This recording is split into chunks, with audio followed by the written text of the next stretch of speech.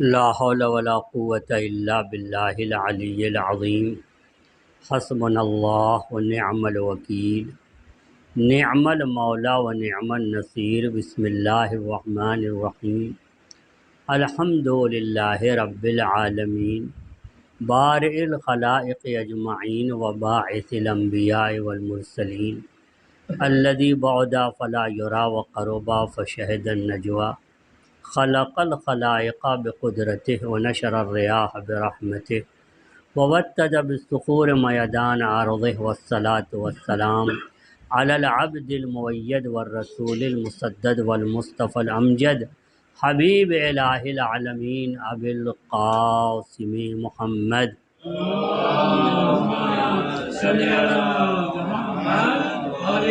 وعلى أهل بيته الطيبين الطاهرين المعصومين واللعنة الدائمة الباقية على أعدائهم ومنكري فضائلهم وغاصبي حقوقهم وناصبي شيعتهم من الآن إلى قيام يوم الدين. أما بعد، فقد قال الله تبارك وتعالى: بسم الله الرحمن الرحيم. يا أيها الذين آمنوا اصبروا وصابروا ورابطوا واتقوا الله لعلكم تفلحون. ایک صلوات پڑھیں محمد.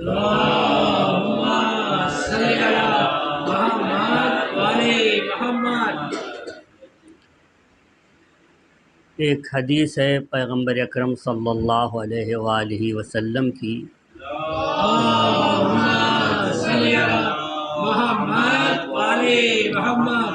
اور معصومین نے اس حدیث کو نقل کیا ہے. فرماتے ہیں کہ رب تال للقرآن والقرآن یلعنہ. بہت سے قرآن کی تلاوت کرنے والے ایسے ہیں کہ جب وہ قرآن کی تلاوت کرتے ہیں تو قرآن ان پہ لعنت کرتا ہے. وہ قرآن کی تلاوت کرتے جاتے ہیں اور قرآن ان پہ لعنت کرتا جاتا ہے. یہ کون لوگ ہیں کہ قرآن پڑھتے جاتے ہیں اور قرآن ان پہ لعنت کرتا جاتا ہے؟ یہ وہ لوگ ہیں جو قرآن کو صرف پڑھنے والی کتاب جانتے ہیں، عملی کتاب نہیں جانتے، اور یہ سمجھتے ہیں کہ صرف ہم کو پڑھنا چاہیے، قرأت اس کی آنی چاہیے، اور قرآن کے الفاظ کی تجوید ٹھیک ہونی چاہیے، مخارج صحیح ہونے چاہیے، کون سا لفظ کس جگہ سے نکلتا ہے، اس کا مخرج دہن میں کون سا ہے. اسی کو سمجھتے ہیں کہ یہی سب کچھ ہے، اور قرآن کے اندر جو مطالب ہیں ان میں غور و فکر کرتے نہیں ہیں. یا یہ کہ پڑھو، عمل کیا کرنا ہے، خالی یہ کہ لوگ کہیں کہ میں ایک قرآن پڑھنے والا ہوں، تلاوت کرنے والا ہوں، یا لوگ کہیں کہ بہت اچھا قاری ہے، اس لیے پڑھتا ہے. اور ظاہر ہے کہ جب اس لیے پڑھتا ہے تو جن جن آیتوں سے وہ گزر رہا ہے تلاوت کرتے ہوئے، تو ان میں بہت سی آیتیں ایسی ہیں کہ جن پہ اس کا عمل نہیں ہوتا اور عمل کرنا بھی نہیں چاہتا. صرف قراءت پہ دھیان ہے کہ میں قرآن کا قاری بن جاؤں. پڑھتا ہوا جاتا ہے تو جس آیت پہ عمل نہیں ہوتا وہ آیت اس پر لعنت کرتی جاتی ہے. مثال کے طور پر قرآن میں آیا ہے اقیم الصلاۃ، نماز پابندی سے قائم کرو. اور یہ کہتا ہے نماز کیا چیز ہے، یہ نماز جب موقع مل جائے پڑھ لو، نہ ملے چھوڑ دو، اور پھر بعد میں تو قضا بھی بجا لائیں گے. چھوٹ گئی تو کوئی بات نہیں، اولاد انجام دے گی. ذرا اولاد سے پوچھ بھی لیجئے، کیا جو میری نماز چھوٹ جائے گی تم پڑھو گے؟ تو شاید وہ جواب دے کہ اپنا خود ہی آپ سب کچھ کر کے جائیے، ہمارے بھروسے پہ نہ رہیے۔ ہاں، اگر اولاد نماز جو ماں باپ کی ہے، بڑا بیٹا عموماً سب لوگ جانتے ہیں کہ بڑے بیٹے پہ قضا نماز اور روزے بڑے بیٹے پہ ہے، تو جتنے اور بھائی ہیں وہ 10 کش ہاتھ کھینچ لیں گے اور کہیں گے بھائی بڑے بھائی کے اوپر ہے، وہی کرے۔ حالانکہ یہ ہو سکتا ہے کہ سارے بھائی مل کے بیٹھ جائیں، یہ کہیں کہ ہاں بڑے بھائی پہ تو واجب ہے، بڑے بیٹے پہ، لیکن اگر مل کے پڑھیں تو حرام تھوڑی ہے۔ اگر سب لوگ مل کے اس کی نماز بجا لے آئیں، اس کی 1 سال کی نماز چھوٹ گئی ہے، ہم لوگ 4 بھائی ہیں، آپس میں تقسیم کر لیں اور اس کی نماز بھی ادا ہو جائے گی، جلدی سے سب کچھ ہو جائے گا، بڑے بھائی پہ بوجھ بھی نہیں آئے گا۔ ایسا تو کر سکتے ہیں، منع تھوڑی ہے، لیکن اسی پہ ڈال دیں گے۔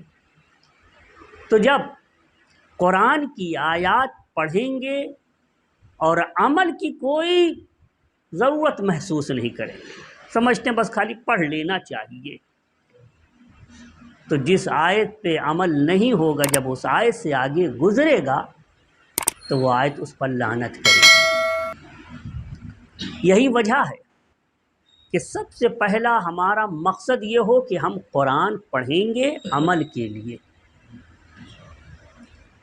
اس کی آیات میں بھی غور کریں گے، اور جہاں ہمارے سمجھ میں نہیں آئے گا، ہر جگہ تو ترجمہ موجود ہے، باقاعدہ ترجمہ موجود ہے، اور کوئی عذر نہیں پیش کر سکتا کہ میں نے تو قرآن دیکھا لیکن ترجمہ مجھے نہیں معلوم، میں نے ترجمہ نہیں دیکھا، ترجمہ کی کتاب نہیں ہے۔ نہیں، ہر جگہ ترجمہ فراہم ہے، دیکھ سکتا ہے۔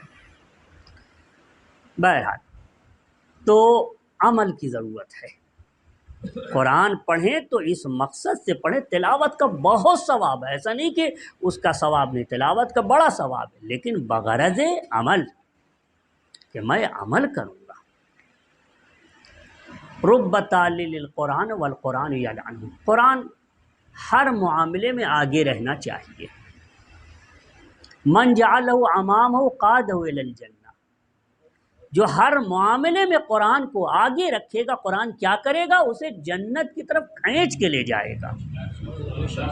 ہاں، اس کو جنت کی طرف کھینچ کے لے جائے گا۔ اور جو قرآن کو پس پش رکھے گا، صرف یہ کہ ایک بلندی پہ رہے، موقع مل جائے تو پڑھ لیا جائے، مطالعہ کر لیا جائے، تلاوت کر لی جائے، صرف اس مقصد سے ہو، تو گویا اس کو قرآن کو پیچھے ڈالنے کی یہی معنی ہے۔ پیچھے رکھنے کا مطلب نہیں کہ قرآن کو پیچھے رکھ دیا آگے بیٹھ جائیے، یعنی اس کی تعلیم کو پیچھے ڈال دے۔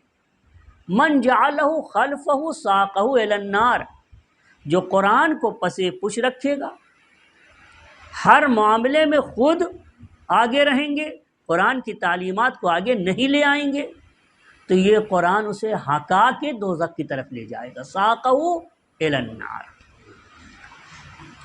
قرآن کے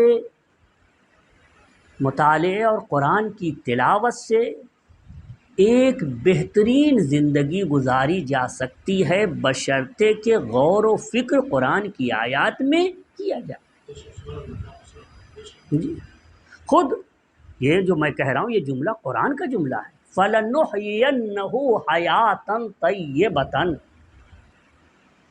جو عمل کرے، اپنی زندگی کو قرآن کے آئینے کے سامنے پیش کرے اور قرآن کے اعتبار سے عمل کرے، جہاں مشکل آئے وہاں جا کے علماء سے معلوم کریں، معصومین سے تفسیر لیں، معصومین کی تفسیر علماء بیان کریں گے، اور اپنی زندگی تفاسیر معصومین کے آئینے میں گزارے۔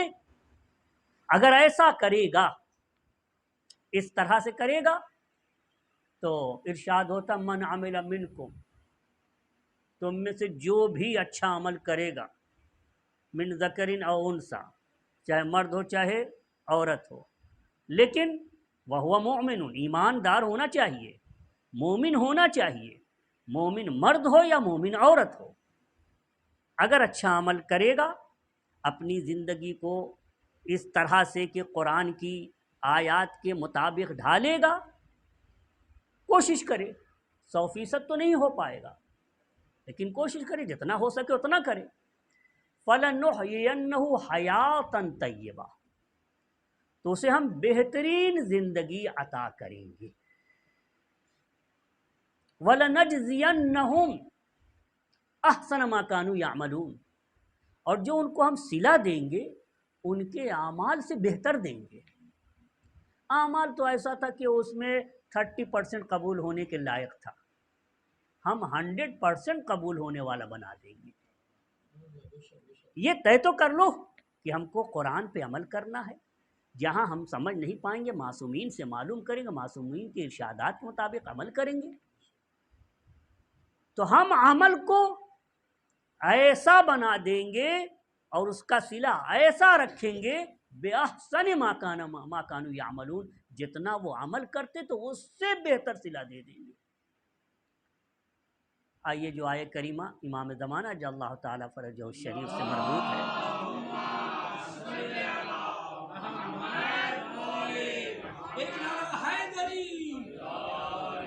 لبیک یا حسین، لبیک یا حسین، چمن چمن کلی کلی، نعرہ بلند صلوات، اللہم صلی علی محمد وعلی محمد۔ ارشاد ہوتا ہے یا ایھا الذین آمنوا، اے صاحبان ایمان، اصبروا، صبر کرو، وصابروا، اور ایک دوسرے کو صبر کی تلقین کرو،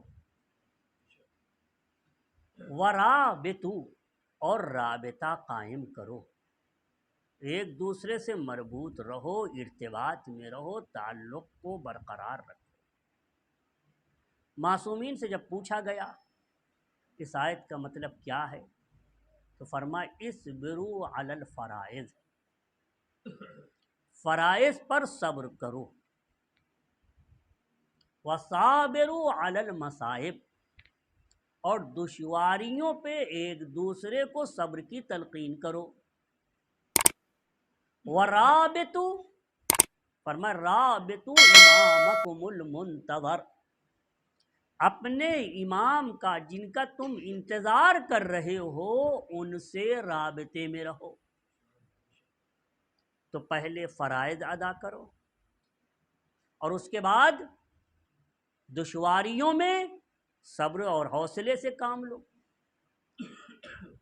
پھر جب ان میں ٹھیک سے اتر آؤ تو رابطہ قائم کرنے کی کوشش کرو۔ جب اس پہ اتر گئے، اس پیمانے پہ آپ اس کسوٹی پہ اتر آئے اور اس میزان پہ آپ منطبق ہوئے تو پھر آپ رابطہ قائم کریں امام زمانہ سے۔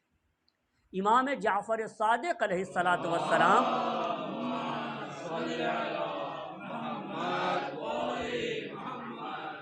فرماتے ہیں من سرہ ان یکون من اصحاب القائم، جو اس بات سے خوش ہو کہ وہ امام زمانہ کے یار و مددگار میں شامل ہو، اس بات کی خوشی اسے ہو کہ معبود مجھے امام زمانہ کے انصار میں سے قرار دے، مددگاروں میں سے قرار دے، اور مددگار بننا اپنے لیے خوشی محسوس کرتا ہو کہ میں امام کا مددگار بن جاؤں، یہ شرف مجھے ملے۔ جو یہ چاہتا ہو کیا کرے؟ فَلْيَنْتَظِرْ، اسے چاہیے کہ انتظار کرے، انتظار واقعی معنی میں انتظار کرے۔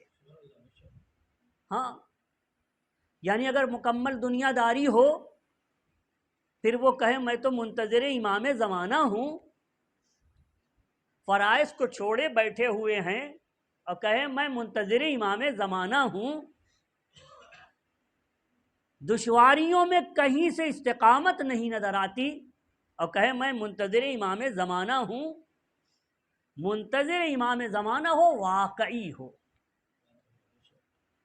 وَلْيَعْمَلْ بِالْوَرَعِ، اور اس کا یہ فریضہ ہے کہ منتظر ہونے کے ساتھ ساتھ وہ حرام سے بچتا رہے۔ امام زمانہ کا انتظار کرنے والا انسان انتظار کرے اور حرام سے بھی بچتا رہے، حرام سے بچے، شبہاناک چیزوں سے بچے۔ وَلْيَعْمَلْ بِالْوَرْعِ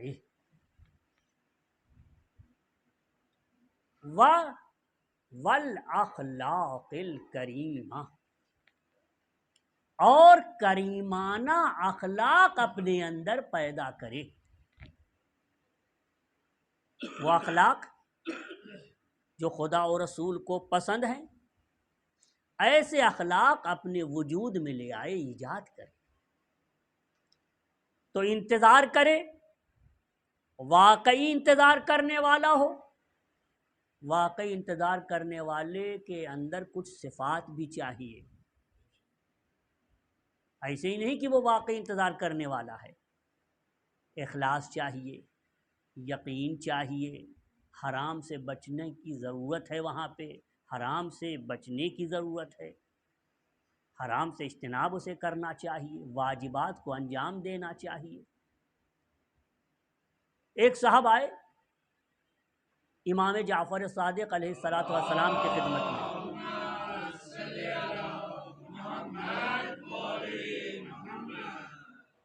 کہتے ہیں میرے آقا میں منتظر ہوں، امام کا انتظار کر رہا ہوں، منتظر حقیقی میں ہوں۔ یعنی لب و لہجہ حدیث کا بتاتا ہے کہ وہ امام کا چاہنے والا ہے، امام کا انتظار کرنے والا ہے۔ سوال کرتا ہے متل فرجو، کب ظہور ہوگا، کب حضرت تشریف لے آئیں گے؟ امام جعفر صادق علیہ السلام نے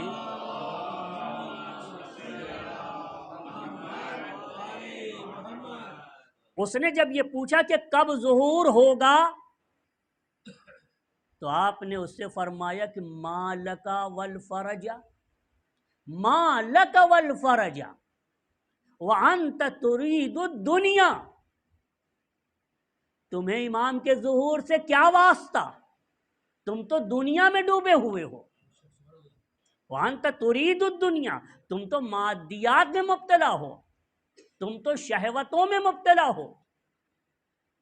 ہاں، جو اشتہا ہوتی ہے اسے انجام دے دیتے ہو، جو شہوت ہوتی ہے اسے پوری کر لیتے ہو، شکم کی شہوت، شرمگاہ کی شہوت، ہر طرح کی شہوتوں کو پوری کر لیتے ہو۔ یہ قرآن کریم کی آیت بھی ہے، قرآن کریم میں ارشاد ہوتا لا تقربوا الفواحش،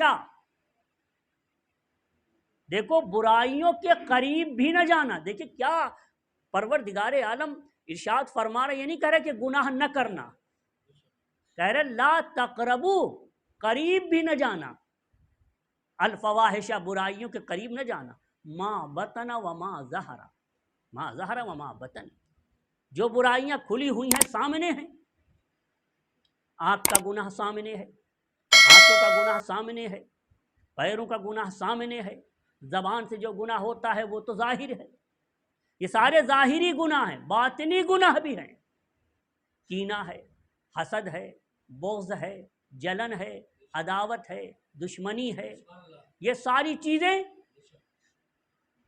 باطنی گناہ ہے۔ گناہوں کے قریب نہ جانا، گناہوں کے قریب نہیں جاؤ گے فائدہ کیا ہوگا؟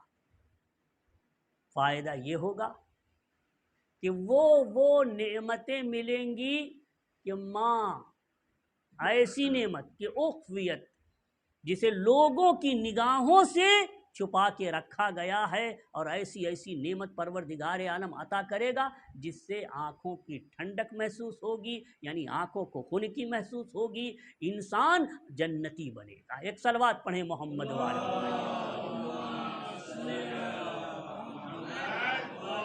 ایک نعرہ حیدری، لبیک یا حسین،